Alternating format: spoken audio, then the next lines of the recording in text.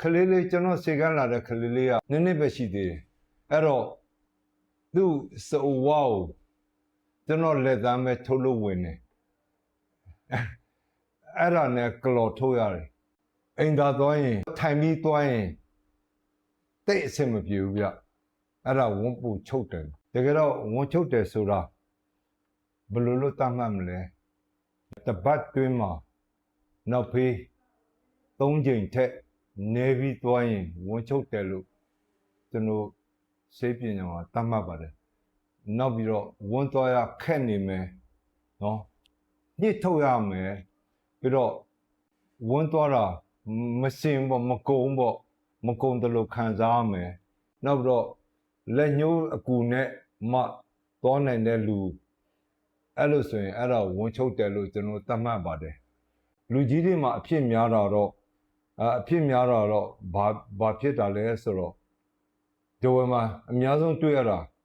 ဝန်းနှုတ်စေးတောက်ကြတာဝန်းနှုတ်စေးတောက်ကြတယ်သူတို့နာမည်တော့အပိုင်ပဲစဒုမဒုဝန်းနှုတ်အာဒိုစေးမဲသူဝန်းနှုတ်တယ်မှာအာတိုလာသလိုထင်ရတယ်အဲ့လူတွေက3ရက်တစ်ခါတစ်ပတ်တစ်ခါဝန်းနှုတ်မှသွားတယ်အဲ့တော့ဝန်းနှုတ်စေးအမြဲတောက်နေတဲ့လူလိုဖြစ်သွားတော့အဲ့လိုဆိုရင်ဝန်းကအကျစ်ပါသွားပြီးတော့ဝန်းနှုတ်မှသွားတယ်ခလေးလေးလိုပေါ့ကျွန်တော်ခလေးကသမင်းစားမယ်ဆိုရင်သမင်းအချိန်တန်တို့သူခူခတ်ငေါတို့သူပကံစေးအဲ့လိုတို့သူလက်စေးဝင်စားတဲ့အကျင့်လောက်ထားမယ်ခလေးအမြဲခွန့်နေတဲ့ခလေးကအမြဲခွန့်နေရမယ်နော်နောက်ပြီးတော့အမြဲခုခတ်ပြီးရင်သမင်းစားမယ်သူကအဲ့လိုပဲအော်နေရောအဲ့လိုလူကြီးကသူ့လူကြီးကိုမှီပြီးဖြစ်နေတာပေါ့အဲ့လိုပဲဝန်းနှုတ်တယ်ဆိုတော့ဝန်းနှုတ်မှဝန်းသွားတယ်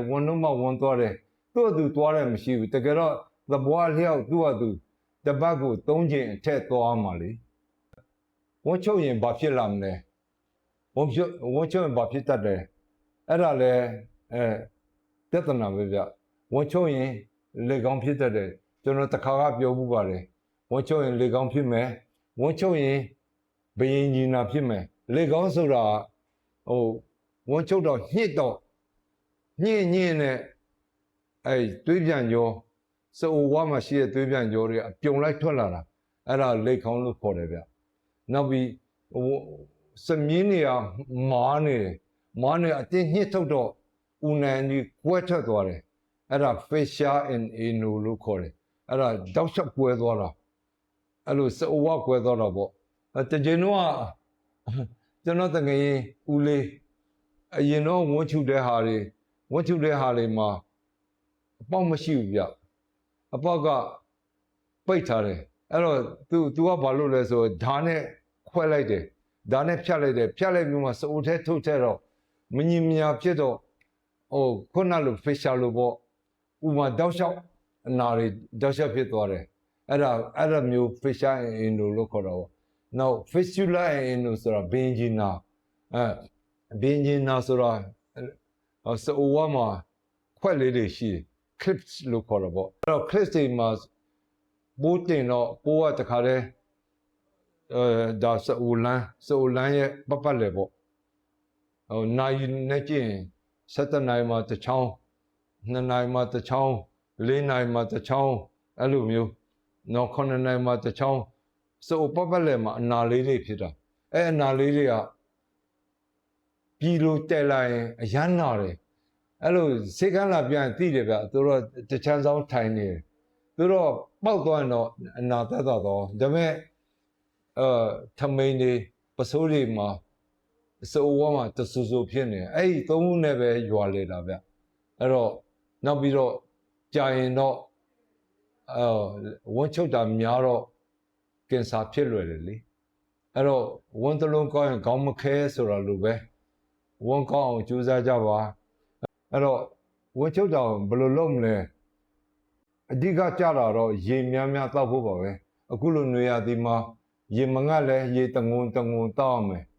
ဒါအဓိကပဲလေနောက်ပြီးသမင်းစားပြီးတိုင်းလမ်းလျှောက်ရမယ်နော်နောက်ပြီးတိုင်း နောက်ပြီးလူတွေတချို့က sedentary work ဆိုတာထိုင်နေတဲ့အလုပ်ပဲရှိတယ်လေသူ့မှာကွန်ပျူတာရိုက်တယ်ကြည့်တယ်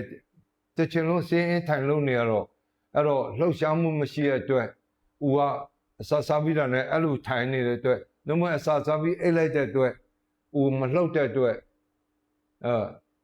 ဝန်းချုပ်လွယ်တာပေါ့အစာစားပြီးလမ်းလေးပါလေးရှောက်တယ်ဆိုရင်တော့အကောင်းဆုံးပါပဲနောက်ပြီးတော့အမြင်ပါတဲ့အသီးရွက်တွေများများစားမယ်နတ်သီးတို့သင်္ဘောသီးတို့ကျွဲကောသီးတို့ကွက်ကာဆိုတာရှိတယ်ကွက်ကာလေးအဲ့လိုမျိုးစားရင်လည်းဝန်သွားလွယ်တယ်ဗျဖြစ်ရခြင်းအကြောင်းတော့အဓိကတော့ခလေးလေးမှဆိုရင်တစ်သီးအစားနေတာဟင်းရွက်အစားနေတာအသားပဲကျွေးတယ်နောက်လက်ဖက်ရည်လက်ဖက်အရန်တိုက်တယ်သူတို့ကအဲ့ဒါတွေကချုပ်တော်အရွက်တွေလည်းအစုံကျွေးမယ်ဆိုရင်အဲ့ခလေးကဝန်းလွယ်သွားမလို့အဲ့လိုပါအစားတော့ကြောင့်ဖြစ်မယ်ဝန်ခဏနှုတ်တယ်လည်းကြောင့်ဖြစ်မယ်နောက်အမျိုးသမီးတွေမှာကိုယ်ဝန်ဆောင်တဲ့ချိန်ဝန်ချုပ်တတ်တယ်ဗျလေကောင်းနေပါလိဖြစ်လာပြီတော့လေနောက်တစ်ခုရှိသေးတယ်အသက်ကြီးတဲ့လူတွေမှာရေတောက်နေတာတို့ဝန်းညှင်းအားနေတာတို့အဲ့ဒါတွေဇက်တက်ဖြစ်သွားရင်တော့ဝန်ချုပ်သွားတာပါပဲတခုတော့ရှိတယ်ကော်ဖီများများတောက်တာမကောင်းနောက်အရက်များများတောက်တာမကောင်းနို့တောက်တာများများတောက်တာမကောင်းအဲ့ဒါများများတောက်ရင်ဝန်ချုပ်ပြီးတော့ဝန်သွားခက်လိမ့်မယ်လို့ကျွန်တော်ခီးသွားရင်ကျွန်တော်ဆိုပါတော့ကျွန်တော်ကမနေ့မိုးလင်းဆိုရင်ကျွန်တော်ဆိုပါတော့မနေ့မိုးလင်း9နာရီလောက်အိယာထားတယ်9နာရီလောက်အိယာထားပြီးရေဝါတောက်တယ်ရေဝါတောက်ပြီးနိုင်ငံเจ้าမှာဆိုပါတော့ရေဝါတောက်ပြီးလမ်းသွားလျှောက်တယ်ဗျလမ်းသွားလျှောက်ပြီးဝန်းထဲမှာ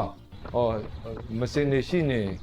နူးသွားတာပေါ့နူးသွားတဲ့ချိန်ကြာတော့ပြန်လာရင်အချင်းလေးနည်းနည်းပူတယ်မနေ့စာဟိုတယ်မှာမနေ့စာပေါ်စားဖို့တဲ့အချင်းနည်းနည်းပူတော့အဲ့အချင်းနည်းနည်းမှာပဲဝန်းသွားတဲ့အလေးကျ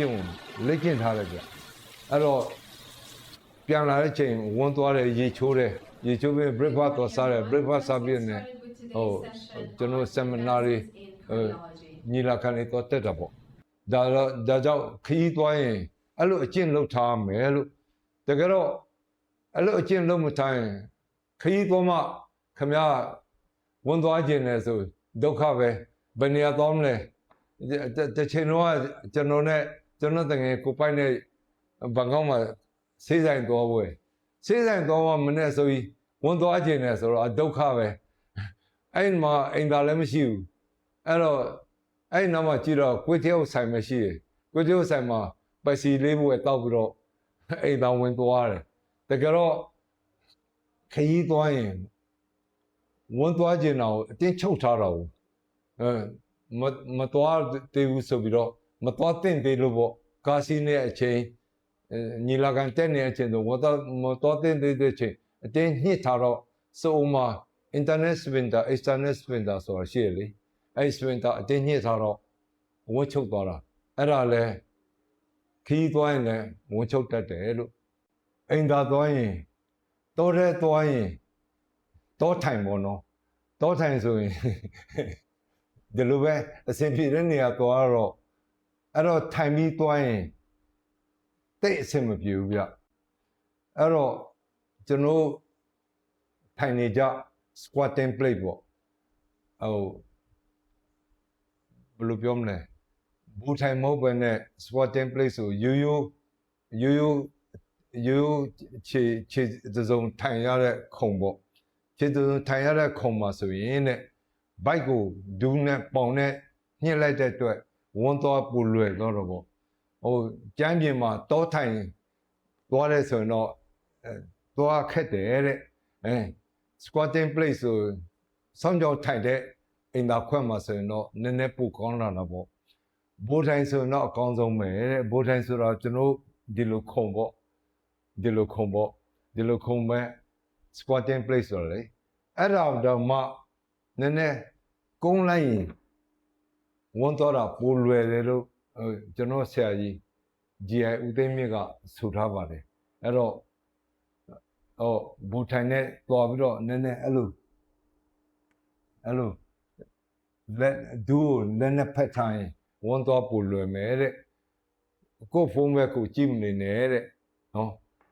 အဲ့ဒါလေးပြောတာပါအားလုံးကြမ်းပါပါစေ